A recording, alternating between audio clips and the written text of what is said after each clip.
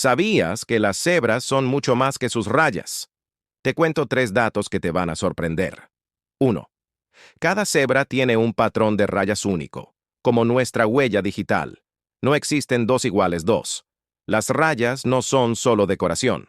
Ayudan a regular su temperatura y hasta confundir insectos molestos. 3.